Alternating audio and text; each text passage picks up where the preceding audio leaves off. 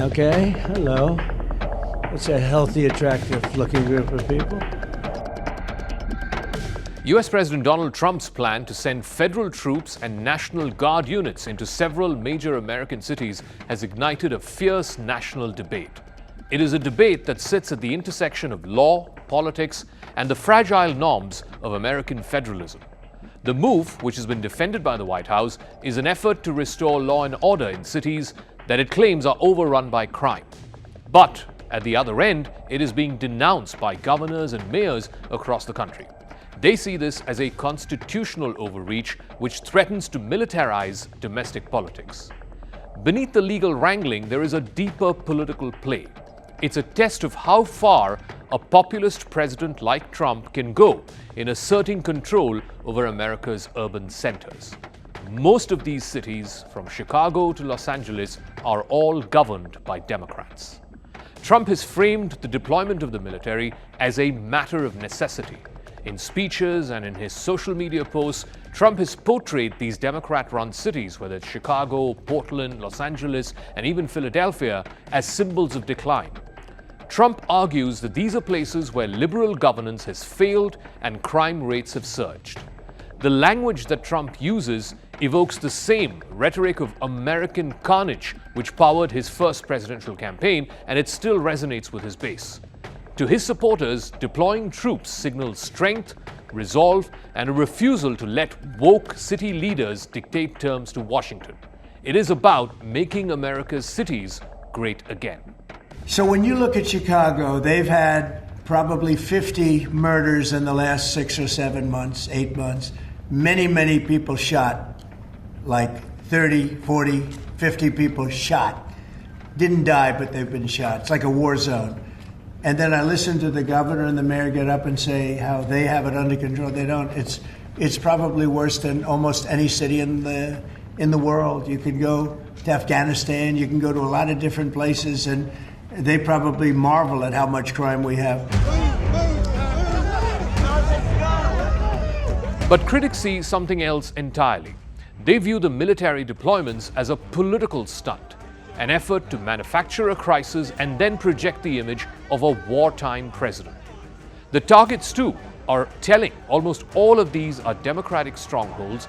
They are home to governors and mayors who have openly defied Trump on immigration and policing and crime.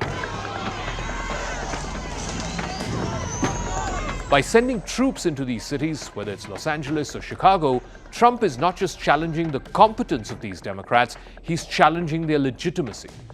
The legal foundation for this Trump gambit is based on the Insurrection Act of 1807. It's a 200-year-old law in America which allows the president to deploy the military domestically. But there are certain conditions that have to be met.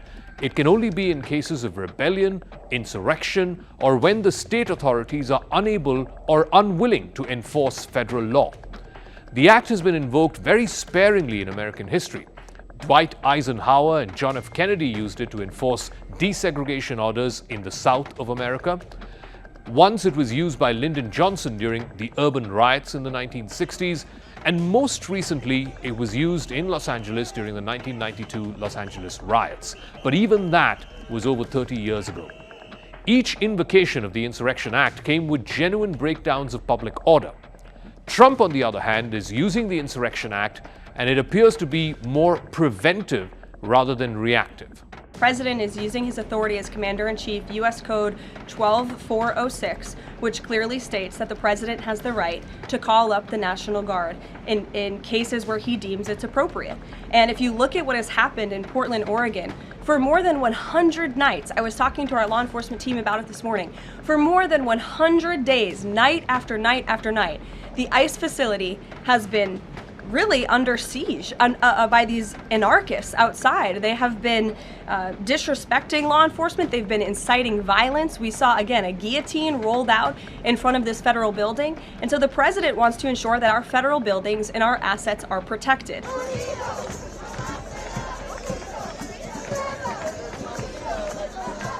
Now, under normal circumstances, the American Constitution forbids the use of military for domestic law enforcement. That's the job of the police, not that of the military. The Insurrection Act provides a legal exception to that, but that exception was never meant to give presidents a carte blanche to deploy troops wherever they see fit. Courts have to authorize it, and they require evidence that local authorities have lost control of law and order, or that federal law cannot be enforced. So far, Trump's justification, whether it's in cities like Portland or Philadelphia, is that they have failed to curb rampant lawlessness. That is not quite backed by data. It's more rhetoric than reality. In fact, violent crime rates in many of these cities, while it's serious, it is not at the levels where it would be legally qualified as an insurrection. In fact, crime data from across the US over the last few years, particularly in the last decade, it's been showing that crime across major cities has actually been falling, not rising. And already the judiciary is pushing back against Trump. Federal judges from Los Angeles to Portland have all issued injunctions against the deployment of troops. Rulings that the administration have challenged in appeals courts. In Los Angeles, for example, a federal court found that the US Marines were performing police functions under a presidential order. They found it a clear breach of the law. Legal challenges also exist in Illinois, Pennsylvania, and New York. In fact, these rulings underscore the tension between the executive and the judiciary. Politically, though, Trump may not be aiming for court victories. The optics of the confrontation, the images of the troops in their military gear standing outside city halls, governors who are railing about federal overreach, and then conservative media praising Trump and his decisive leadership. All of this is imagery, all of this is political theater which plays well to his base. For Trump's base, the sight of federal government asserting control over liberal cities, that plays into the narrative of a president who's decisive, who acts while others dither. It transforms abstract debates about federalism into a more vivid, televised battle between law and order. I refuse to let Donald Trump, Kristi Noem, and Gregory Bovino continue on this march toward autocracy. Their plan all along has been to cause chaos, and then they can use that chaos to consolidate Donald Trump's power. They think they can fool us all into thinking that the way to get out of this crisis that they created is to give them free rein. Well, that plan will only work if we let it. The state of Illinois is going to use every lever at our disposal to resist this power grab and get Noem's thugs the hell out of Chicago. I'm not afraid. I am not afraid, and I won't back down. That calculation explains why the targets that Trump has chosen are politically strategic. The list of cities that Trump has signaled out reads like a Democratic map of America. Metropolises that not only vote blue, but have also served as cultural and economic centers of liberalism. By casting these cities as failed states within a failing nation, Trump stokes resentment among rural and suburban voters who are his main base.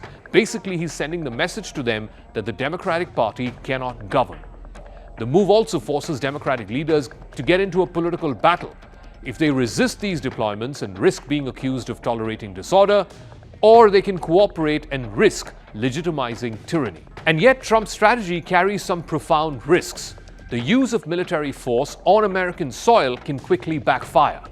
The sight of armed troops in American streets may even unsettle some of Trump's supporters. They are clearly not backers of martial law. Historically, presidents who have overreached domestically using federal power or using the military, whether it's Abraham Lincoln and his suspension of habeas corpus during the Civil War, or Richard Nixon using the intelligence agencies for political ends, both of them face severe institutional pushback. Trump could meet the same fate as Lincoln or Nixon.